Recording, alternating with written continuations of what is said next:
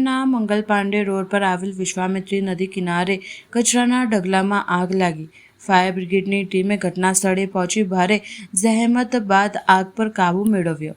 શહેરના કારેલીબાગ વિસ્તારમાં આવેલ એલેન્ટિક સર્કલથી મંગલ પાંડે રોડ તરફના વિશ્વામિત્રી નદી કિનારે આવેલ ઝાડીઓમાં અચાનક આગ લાગી હોવાની જાણ વડીવાડી ફાયર બ્રિગેડની ટીમને ઘટના સ્થળે પહોંચી ભારે જહેમત બાદ આગ પર કાબૂ મેળવ્યો હતો।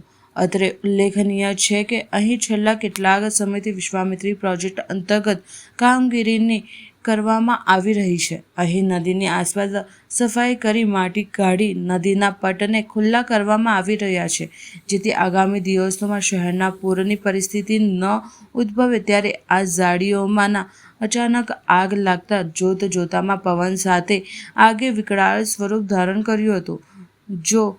ફાયર બ્રિગેડની ટીમ ઘટના સ્થળે પહોંચી આગ પર કાબૂ મેળવ્યો હતો।